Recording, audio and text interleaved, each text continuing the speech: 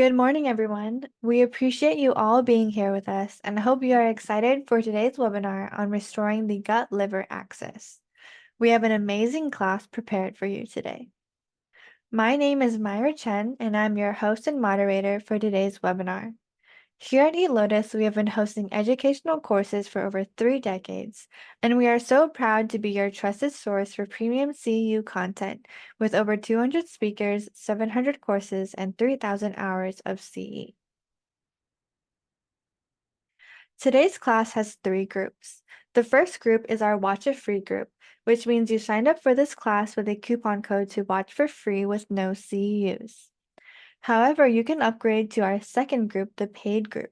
This group will give you access to the CEUs and video recording for 4 weeks. And finally, our premium group, the Gold Pass. Gold Pass holders will have access to the CEUs and video recording for 1 year, in addition to over 3,000 hours of TCM content and unlimited CEUs, plus sponsored benefits. This includes a 10% discount from Helio and an Evergreen Herbs Collection Formulas voucher from Evergreen Herbs that is equivalent to the amount you paid for the Gold Pass. We'll mention further details about our Gold Pass special later on today. Allow me to introduce you to today's speaker, Peter Shark. Peter is a seasoned practitioner with over 15 years of experience in acupuncture, Chinese herbal medicine, functional medicine, and nutrition. Through personalized treatment plans and lifestyle modifications, he has helped countless patients restore their health and quality of life, many of which have seen improved blood work and reduced medication dependency. Alongside his wife Nico, Shark operates Shark Holistic Health, a telemedicine clinic offering care across the U.S. Outside of work, he enjoys surfing, gardening, and studying permaculture design. How many of you feel it's challenging to address gut dysfunction in your practice? Please type yes into the chat room if you find it difficult. Also, what do you think is the hardest part about treating gut issues? Please share your thoughts in the chat room. We hope today's webinar, Restoring the Gut-Liver Axis with Nutrition, Herbs, and Functional Medicine with Dr. Peter Shark, will provide you with effective strategies to address these challenges. This class will offer a deep dive into assessing and treating gut dysfunction, integrating modern physiology with traditional Chinese medicine and whole foods nutrition. This is Dr. Shark's first class with us this year, and we are excited to share that he has 3 additional highly recommended courses lined up. These classes build upon each other, providing a comprehensive learning experience. His second class, called Integrative Wellness, a focus on liver and gut detoxification, will be held on June 21st. Following that, you can join him for Integrative Wellness, a focus on autoimmune management on August 16th. And finally, don't miss his fourth class, Integrative Wellness, a focus on dysautonomia, POTS, and other neurological conditions, scheduled for October 11th. We encourage you to attend these classes in sequence to maximize your understanding and application of these integrative approaches. I'll post a link in the chat room to all the courses he offers, including previous classes on gut health and using herbs to treat long COVID symptoms. And for our new attendees joining us, allow me to familiarize you with our webinar room. Please set your chat from host and panelists to everyone so that all the participants can engage in the conversation. To ask questions during the webinar, use the Q&A box to keep the questions separate from the chat room. And finally, the quiz. The quiz for CEUs will be available the next business day late afternoon for those with qualifying attendance. Now, let's get started with today's webinar, and please join me in welcoming Dr. Peter Shark.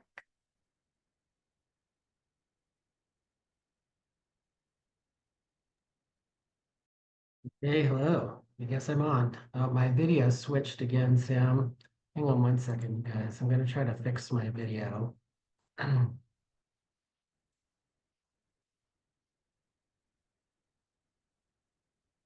Didn't work that time. Okay.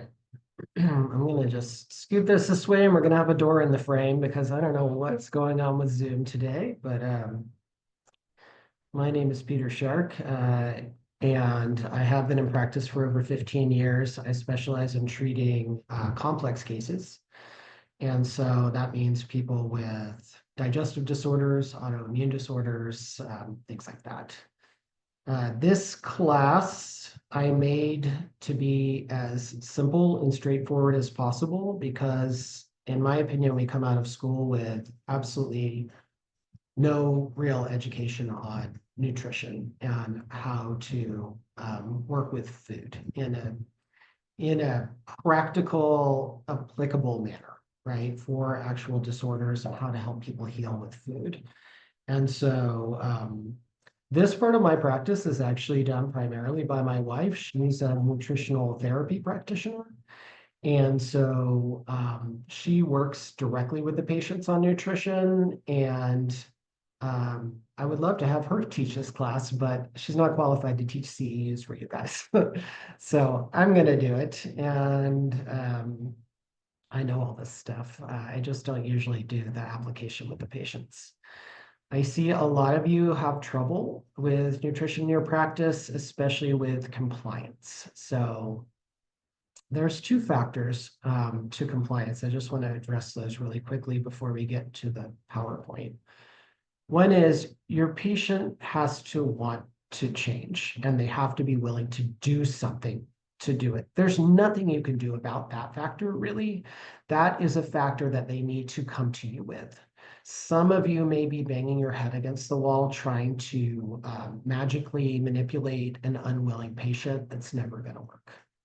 So I just want you to think about that. The other factor is education, and we are going to talk about that a lot today. If you properly educate your patient, you can increase their motivation and you can help them stay on track. And so that's really, really important. So let me just get into the PowerPoint here. If I can.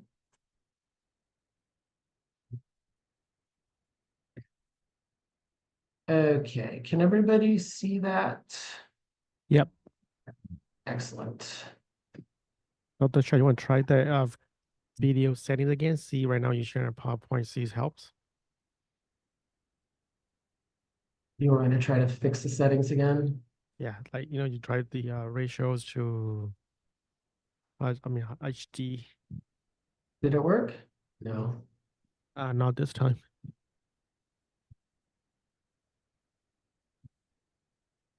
Yeah, I have no idea. I clicked them That's again okay. and It look good. it's just not working this time. Okay. Okay, here's my info. Everybody should have this. If you have questions after the class, please email me or text. Actually, text is better. If you have something long, though, put it in an email and send me a text and let me know you emailed it. If you want to see some of my educational videos that are public, go to my YouTube. I have certain things that I keep just for patients and some things that are out in the public. So anything that's public is going to be dropping on my YouTube page. So check that out there.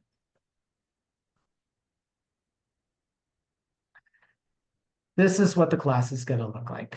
We're going to start with nervous system regulation. So the reason we're going to start here is that this is a piece that gets left out of almost every class on digestion and nutrition. We completely skip nervous system regulation. It's very important. You cannot fix a gut if someone is stuck in fight or flight all the time. Then we're going to talk about gut physiology. Then we're going to go through nutrition basics. This is just basically what is a good diet? What is your basic good diet for anybody, not just for sick people? And then we're going to go into the healing part. So that's looking at when things are actually wrong with the digestion, how do we heal from the top down? Then we're going to do cases. And if by some magic we have time left over, we can talk about some specific diets that are kind of trendy and popular right now, what they look like, and the pros and cons of them. Okay, I'm going to set a timer. If you've taken one of my classes before, you know I'm horrible about giving breaks and I run over. So I'm going to try not to do that to you guys because I know it's hard to learn if you don't get any breaks. So I'm going to set a timer. In 25 minutes, we're going to do a nervous system technique. And at the end of every hour, we'll take an actual 10-minute break.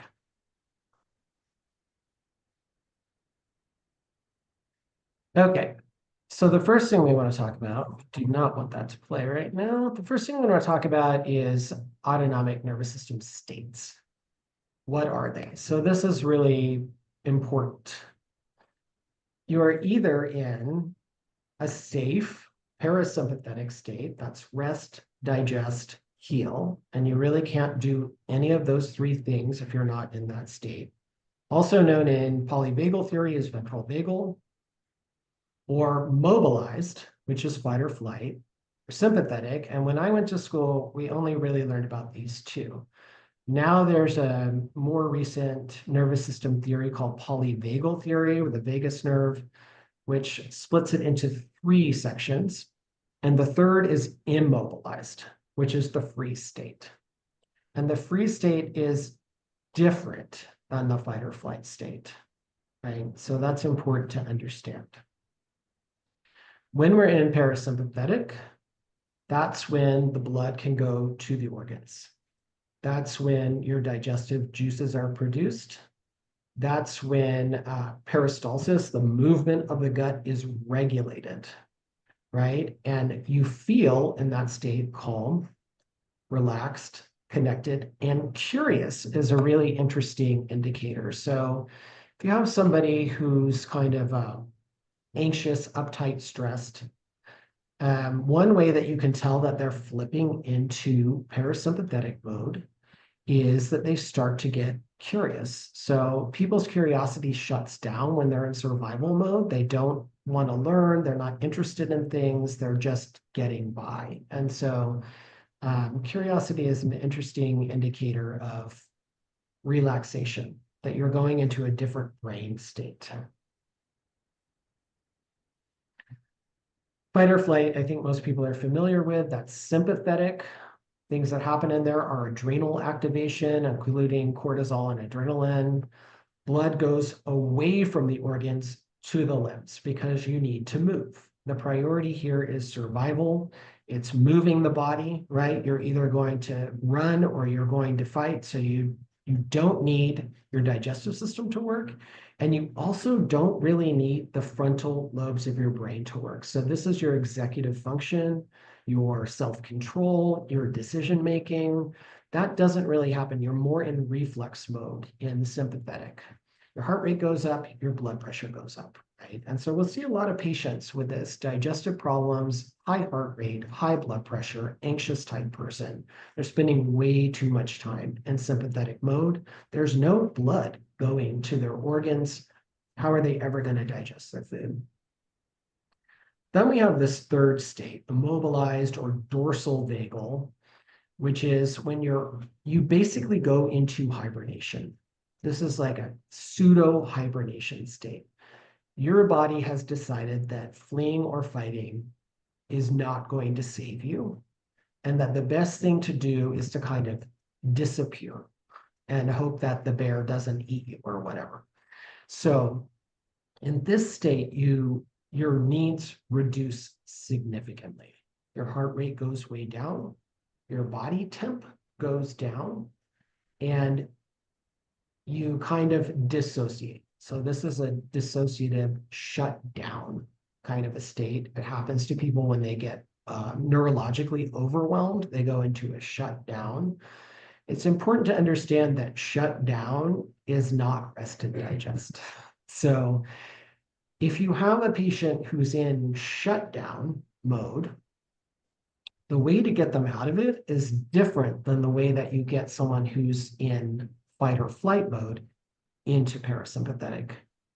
Because a person who's shut down actually needs to move or bring more energy forward to get into parasympathetic mode, whereas an anxious fight or flight person needs to calm down, right? And so we're coming from two different directions, trying to get to this middle, more balanced position. So this theory actually works really well with TCM because we understand that when we're going toward a target, we're not always coming from the same direction, right? So somebody that you need to raise their heart rate and body temperature versus someone that you need to lower their heart rate and blood pressure is probably going to be a different clinical approach. And I want to talk about trauma a little bit in here because one reason that a lot of people are in fight or flight is because of trauma. And so I actually didn't pull this questionnaire up ahead of time. So let me grab this because I'm going to have us do a little exercise here. And you're not going to share this with anybody. Okay, this is for your own personal information. So nobody's going to look at it. Nobody's going to see it. This is just for you. I want you to go through this questionnaire that I'm going to put up and just answer for yourself how many of these that you have. Okay, so how many of these are called adverse childhood experiences. Let me zoom this a little bit. These are things that happened in childhood, right? 10 options, and you're just going to go through and check off in your mind, count up how many of these you experienced. And we're going to talk about how these affect people's health, especially digestive health.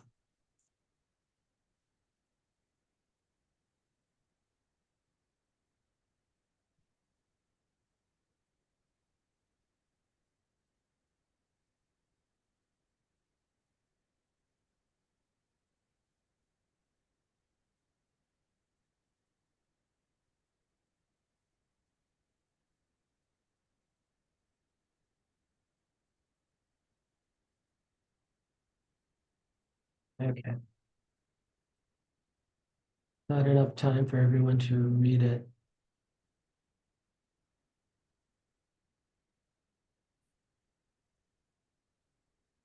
Maybe a minute or two more.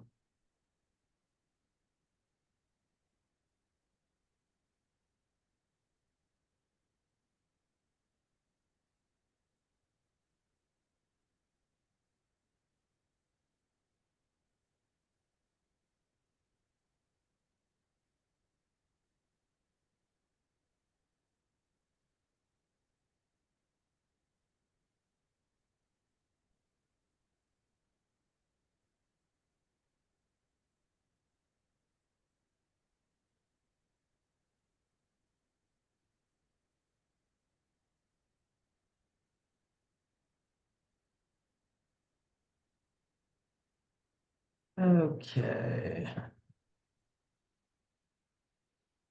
Did anybody need more time? If you need more time, just pop it in the chat for me if you would. Put it back up. Okay, it looks like that was enough time. Okay. So let's go back here and talk about what that means. Okay, so there was a study. This questionnaire comes from a study, big study that was run by Kaiser and the CDC together, looking at how childhood experiences affect health. And this is important because this affects your nervous system settings for your life, your kind of default settings. So 17,000 participants, big study. And this is what they found. So it's pretty profound. For people that have 4 or more ACEs, they call them adverse childhood experiences, these were the statistics compared to people who had less than 4. 240% more likely to have heart disease, 190% more likely to have cancer, 1,000% more likely to abuse drugs, 240% more likely to have a stroke, 160% more likely to have diabetes, 1,000% more likely to attempt suicide, 160% more likely to be obese, 460% more likely to be depressed. And for people with over 6, their life expectancy was 20 years less. So I say this not to depress you if you scored high on this, but so that you can understand the deep importance of managing your nervous system and the nervous system of your patients if they come from trauma, because the health outcome problems are real, right? And the nervous system affects the digestive system a lot. So if you find yourself in this category, over 4 ACEs, building in nervous system management tools into your daily life will have a massive impact on your health. So how do you heal nervous system imbalance? There are a lot of things that you can do. There are a lot of interventions. Things that have been shown in studies to help are gratitude practice, just writing down things you're grateful for, not toxic positivity. This is really important. Not telling yourself that nothing can be wrong, nothing can be bad, you can never have a hard time, or you have to be grateful for horrible things that happen to you. No, that's not what gratitude practice is. Gratitude practice is taking time to reflect on the actual good things that you have in your life that add value to your life, and taking a moment to feel appreciation for those things. Helping others in a way that is healthy and doesn't deplete you is really healing for the nervous system. Spending time in nature, things that work the vagus nerve, singing, humming, and toning is just humming with your mouth open, are things that have been shown to help regulate the nervous system. Breathing exercises, so things that calm and deepen your breathing. Connecting with others, so it doesn't have to be hard work. It can be just time with people that you care about, time with people that make you feel good, where you feel that sense of connection in your heart. Really helpful for the nervous system. Doing things that are fun, play. Can't be underestimated how important that is for helping your nervous system. Anything creative where you're feeling like you're letting out a creative urge, you don't have to be good at whatever creativity thing that you're doing. It doesn't have to be something that you show others, just something that lets that creative urge out. And then specific nervous system techniques, which we're going to do some of in this class. So I'm going to pop this video out and share the tapping video in a second, but we're going to do some really simple techniques first. So let me make myself bigger. And when we do our little break, I'll get to any questions. Oh, let me just say now, I may or may not ever see your questions if you put them in the chat. So if you have questions for me, please use the Q&A button.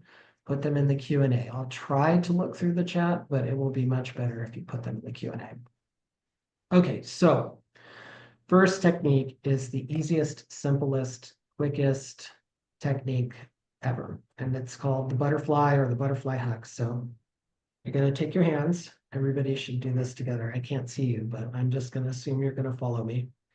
And we're going to make a butterfly, right? Just crossing over your thumbs like this. Okay. You're going to take this butterfly and you're going to set it on your collarbone. So my thumbs are touching clavicle here, and my fingers are also tapping on the clavicle. So there's been a lot of research on techniques that help calm the nervous system. And one thing that's kind of consistent across a lot of them is that they are bilateral and there's a rhythmic percussion or rhythmic movement involved in it. So this is something you can teach every one of your patients. They can do it if they're nervous about acupuncture while you're doing the needles or whatever. So we just take this little butterfly, we put it here, and we're just tap.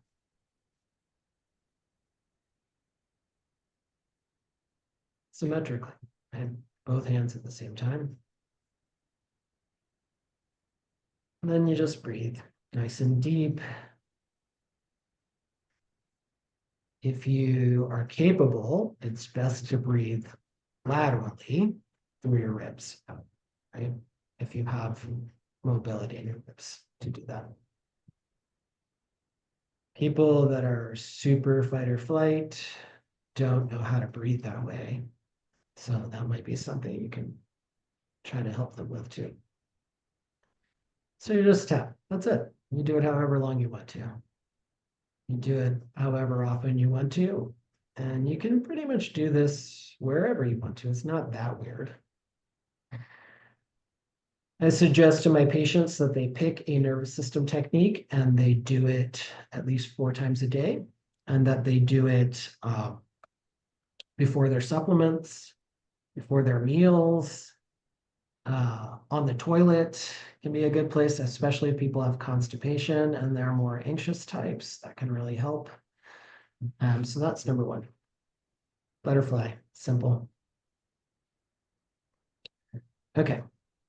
Number 2 is the crossover. This one, it's not, I can't get everything in frame, so you're gonna have to just imagine. But the first thing we're gonna do is we're gonna take our hands, right? We're gonna flip crossover and put the fingers together. And then we're just gonna wind under, right? So here's my hands facing away, crossing over, fingers together, into the middle. And we're gonna let our hands rest into our chest so that you kind of cave over them just a little bit. And then you're gonna cross your ankles as well. And then you're gonna take a deep breath and just drop your chin down towards your chest. So, breath in and drop.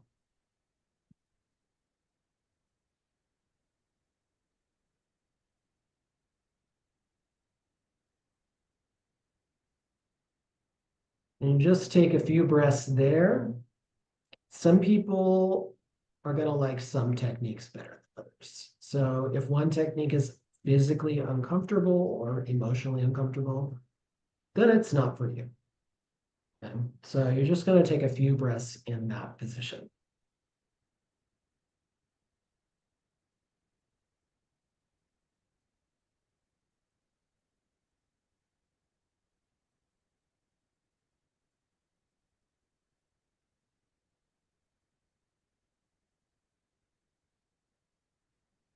Okay.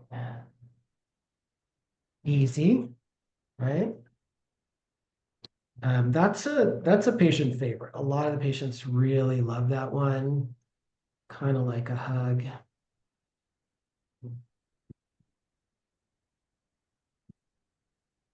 Okay. Then I'm going to show you my video that I show the patients to learn the tapping technique. So you can get a little bit of an idea of how I teach that one to the patients.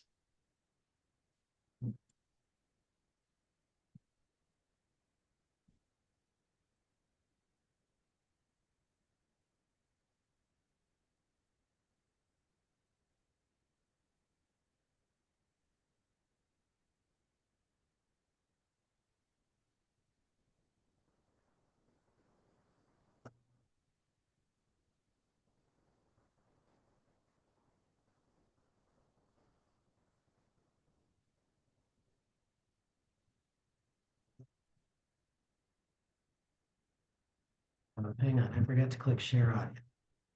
Try again.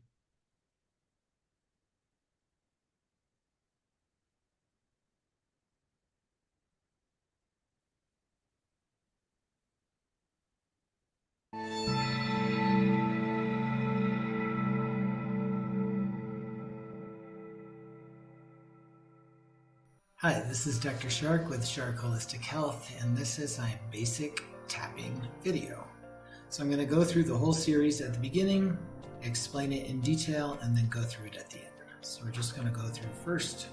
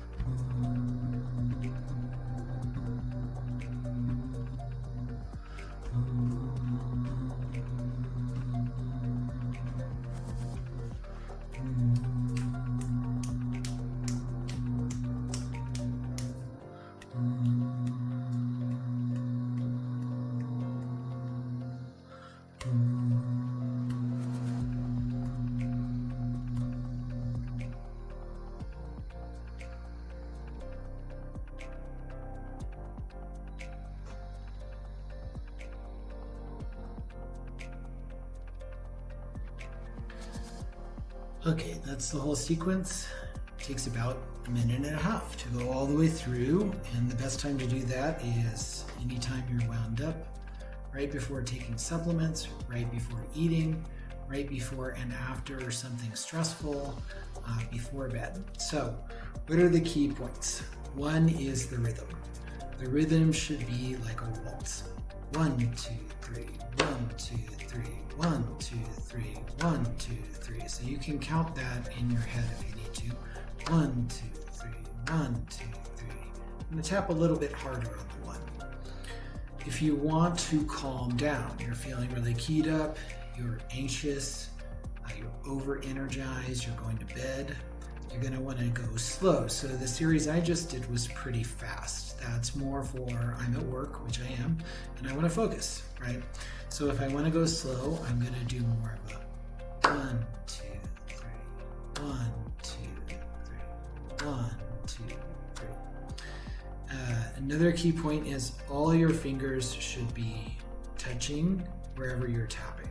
So not just a couple of fingers. Try to get lined up so that all of your fingers and thumbs hit when you tap. So all 10 fingers. Your mouth should be a little bit open. This keeps you from clenching. So you're not trying to give a lot of hard focus. So your mouth should be a little bit open and you just let a sound out. Doesn't matter what the sound is. The tone doesn't matter. My tone might be higher or lower than whatever naturally comes out of your mouth.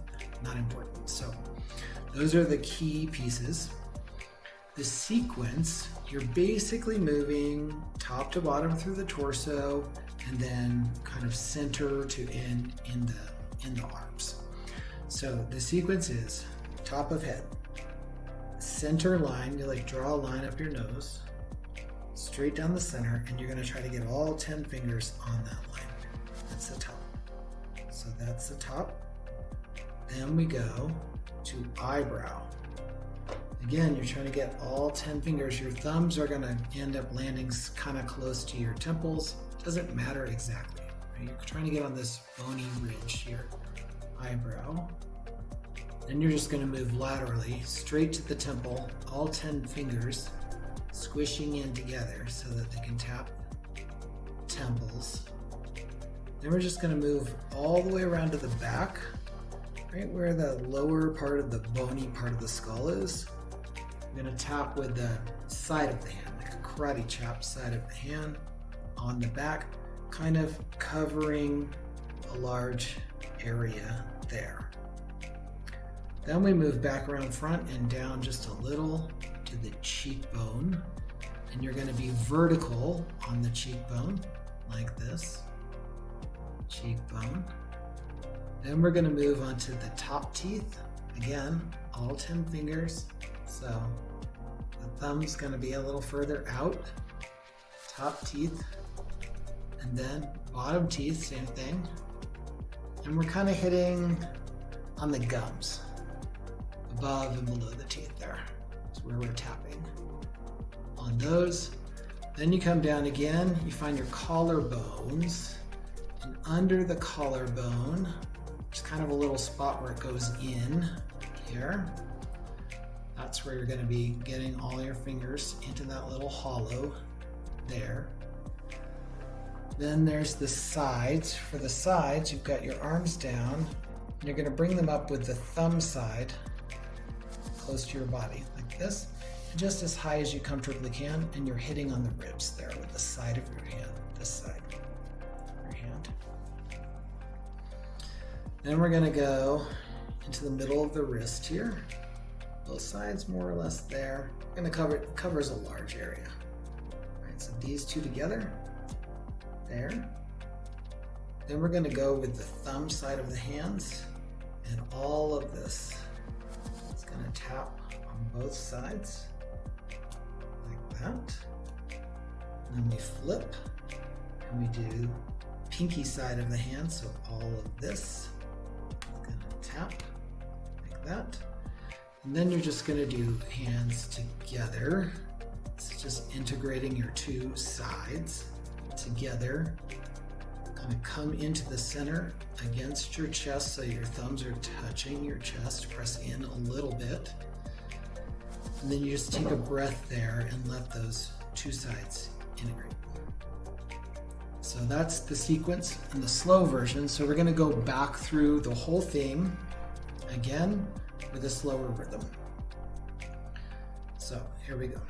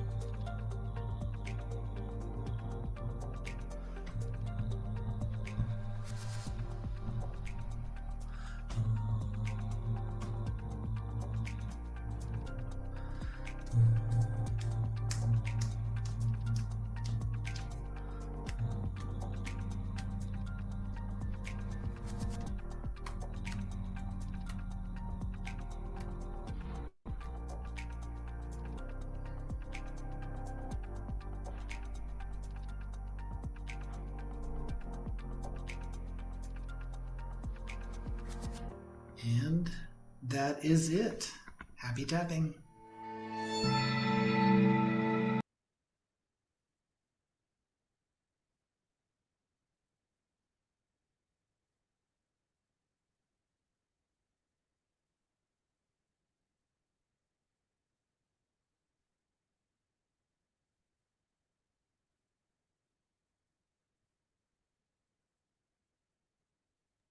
Okay, I hope you couldn't hear that autoplay because my computer just started playing the news right after that. Okay, tapping. Good. There's one more technique that I really suggest to my patients, and that is something called heart math. So this involves having to buy something. So I always like to give people free and easy stuff as much as possible because they're already going to spend a lot of money to see me and to buy supplements. So the more free and easy stuff, the better. But the most effective technique that I have found to actually adjust someone's baseline nervous system state is this product right here, which is from a company called HeartMath, and it's called the Inner Balance Coherence Plus. I'm not affiliated with this company. I don't get any money. I just really, really like this product for nervous system. It's a biofeedback device, and it combines kind of a meditation, mindfulness approach with biofeedback. You clip this little guy on your ear, and it transmits to your phone via Bluetooth. If people don't like Bluetooth, some people are concerned about EMFs. It also has a plug-in option. So just so you know, my feeling is that I've seen a lot of progress with people using this on Bluetooth. So I think that the EMF, whatever negative EMF might be, is heavily outweighed by the positive impact of this device. They suggest that you use it for 5 minutes twice a day. So people are really bad at doing things twice a day. So I think if they can do it once a day, that's pretty good. 5 plus, even starting with 1 minute. And what it does is it measures heart rate variability, which is the amount that your heart rate changes as you breathe, right? And so the difference between your heart rate at inhale and exhale, this is normal. So normally your heart rate fluctuates, goes up and down. And when you're in what's called a coherent nervous system state, it goes in this very smooth wave, right? And this device comes with an app, and it gives you that visual feedback. You can literally see the wave of your heart rate, and it will give you kind of a coherent, a green, a blue, or a yellow or red rating, right? And so you can see what's going on in the body. a lot of patients who come in with digestive problems have problems with freeze state. And so when they try to meditate, they actually dissociate. And what you find when you use a biofeedback device is that when you're dissociating in meditation, a lot of people think they're having a great meditation because they're super disconnected from their body. And so they feel kind of a relief of not having to be connected to the discomfort and distress that they have in their body. And so that feels good to them. However, if you measure what's happening in the body and the nervous system when you dissociate, it's not good at all. And it's not relaxed and it's not parasympathetic. And so, especially for those kinds of patients, this device can really help them learn. The good thing about it is you don't have to be super sensitive to what's going on with your body because you get the feedback. And over time, you learn how to consciously put your body into parasympathetic rest, digest, and heal mode. And the more you exercise that switch over the course of the day, the better your nervous system will do it on its own, right? So nerves that fire together, wire together. So especially if you or a patient comes from a high ACE, high adverse childhood event background where their nervous system was literally originally wired into a sympathetic fight or flight or into a freeze state. In order to restore normal, healthy functioning, you have to practice, right? So the nervous system formed in a situation where it was practicing a state that is not good for your long-term health. You have to practice another state consistently over time in order to get it to wire differently. And so the biofeedback is really helpful because you know when you're practicing that you are practicing the right thing. You're practicing a nervous system state that is healing. So I'm curious. I would love to know in the chat what people thought about the different techniques. If you liked any of them, if you hated any of them, I won't take it personally. What did you think? Okay, there's a question in the chat, and that is, would this device be appropriate to use during acupuncture treatments for patients who have difficulty relaxing during treatment due to PTSD? It could be. Now, they probably would need to practice on it some outside of acupuncture because the device itself doesn't do anything but give you feedback. So they'll have to learn how to use the device. Now, it does come with an app and all these, programs that you can practice, and they'll teach you how to use it and how to learn to use the feedback. But it does take some practice. So if they have it and they practice and then they use it in acupuncture, hugely, hugely helpful.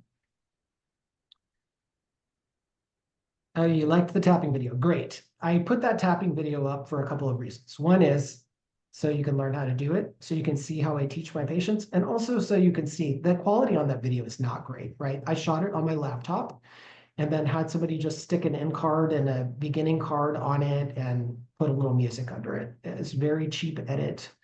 I didn't cut it at all. I didn't have a microphone. I just used my computer microphone. You can tell the audio is not great, but it's good enough and it really helps the patient. So I just put it out there, just kind of encourage people to make videos of the things that you explain over and over and over and over again, and send those videos to your patients. It's an extra value for them. They love it. They can revisit it whenever they want. They feel like they're getting an extra session with you, and it saves you time, and it really helps them. You can also use my videos. Anything that's on YouTube, feel free to use for your patients. Let's see what else is in the chat. Yeah, so there's something in here from Emma. It seems important to have the hum connected to the tapping. What is the research around it? Also looks like the tapping is along the acupuncture meridians, activating the channel spreads. Okay, so yes, the tapping is one of many techniques that has been developed by non-TCM people using what they understand to be our points and channels. So it does, yeah, hit a lot of, you'll notice it hits a lot of points. The sound has to do with the way that it activates the vagus nerve. So when you make a sound, when you do things with your throat, sing, gargle, gag, these are 3 exercises we actually use for the vagus nerve. Those all activate the vagus nerve and stimulate communication on the vagus nerve. So they're using that connection to help calm the nervous system. And then you're doing it with your mouth open because otherwise people tend to tense their jaw. So that's why you do it that way. I don't know that there's been any research to my knowledge on how tapping in any one particular spot versus tapping in another spot. There are a lot of tapping methods out there. Some of them are really complicated. The one that I use with my patients is the least complicated method that I've ever found. It's just very, very simple. Other ones have a really particular order, things that you need to say while you do it, certain affirmations. It can get really complicated. I don't think it needs to be complicated to work. But as far as I know, there's no research on the particular points or anything like that. Yes, I agree. They should teach tapping in elementary school.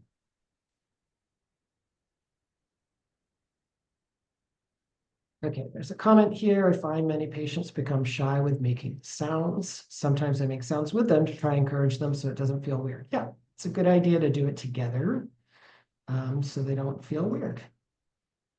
No, I think you should definitely make the sound with them. Yeah, that's great.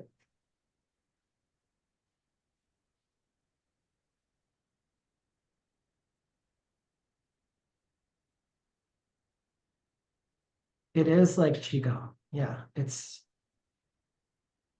all Qigong. Yeah, absolutely. Okay. Let's take some questions from the Q&A. Okay, so question 1. In the crossover, does it matter which hand or ankle is on top? No, not at all. Whatever's comfortable. Most people have a dominant hand, dominant foot, and they're going to cross naturally one way or the other. It doesn't matter, whatever's comfortable. Can you use this with a patient with a pacemaker? I assume that question, can you use this device with a patient with a pacemaker? Absolutely, definitely. All it's doing, this is basically like a pulse ox. So it's got a little laser in the clip that is measuring your heartbeat by looking at how the blood cells go by in your ear, just like a pulse ox when that you put on your finger. It's just more accurate on the earlobe. So this does not have a current. There's no electricity involved. It's not going to be a problem with a pacemaker. Perfectly safe for everybody. There's no contraindication for this device.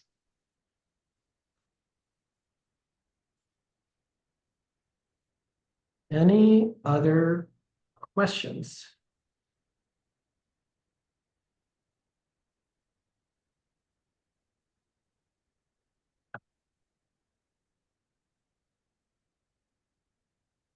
I don't know anything about the dolphin stimulator, so I don't have an opinion on it since I don't know what it is.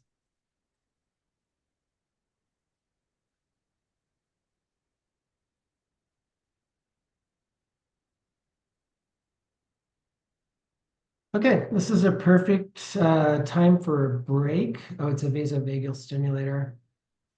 Yeah, I would have to do some research.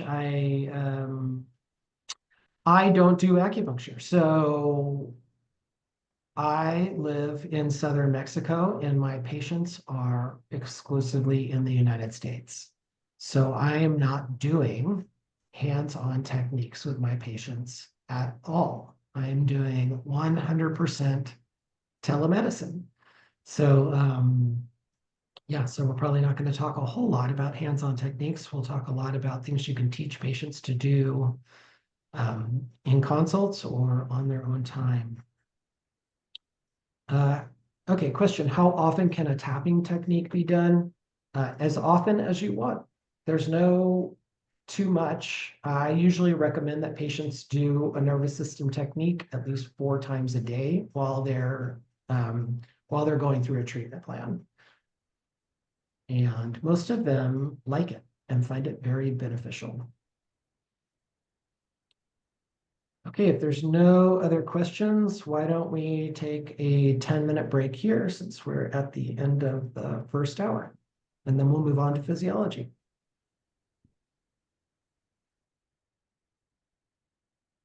All right, we back at 9.